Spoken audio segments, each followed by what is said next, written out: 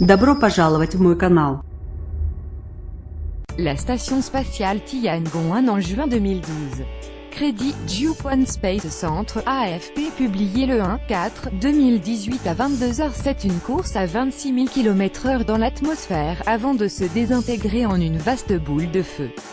La station spatiale chinoise Tiangong-1, hors de contrôle depuis 2016, va finir son voyage céleste cette nuit du dimanche au lundi 2 avril.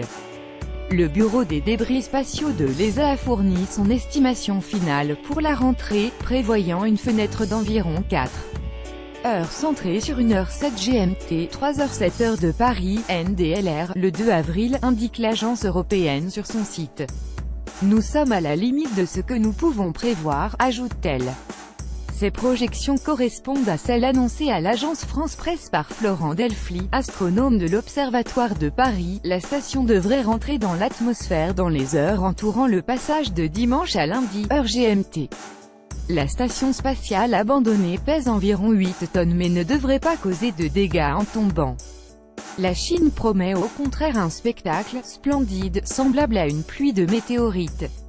Incertitude sur la retombée des débris. La fenêtre de rentrée dans l'atmosphère reste cependant sujette à variation, a prévenu l'ESA. De même, l'incertitude règne sur l'endroit où des débris pourraient se répandre. Ils pourraient ainsi tomber n'importe où entre les latitudes de 43 degrés nord et 43 degrés sud, soit de la Nouvelle-Zélande au Midwest américain. Le laboratoire avait été placé en orbite en septembre 2011. Il devait effectuer une rentrée contrôlée dans l'atmosphère terrestre, mais a cessé de fonctionner en mars 2016, suscitant des inquiétudes quant à sa chute. Cependant, le risque pour un être humain d'être touché par un débris spatial de plus de 200 grammes est d'1 sur 700 millions, selon le CMSEO, le bureau chinois chargé de la conception des vols spatiaux habités. Les gens n'ont aucune raison de s'inquiéter, a assuré le CMSEO. Ce type de station spatiale ne s'écrase pas sur Terre violemment comme dans les films de science-fiction, mais se désintègre en une splendide pluie de météorites, NDLR, dans le beau ciel étoilé, à mesure que ces débris progressent vers la Terre, a-t-il expliqué. Cela sera un peu comme si plein d'étoiles filantes apparaissaient au même endroit et au même moment. Les débris se consumant seront visibles sur un rayon de plus de 100 km, explique Florent Delfly. La conquête spatiale, symbole de puissance pour la CHINETIANGONG-1, au Palais Céleste, a été utilisée pour des expériences médicales. Le laboratoire était également considéré comme une étape préliminaire dans la construction d'une station spatiale.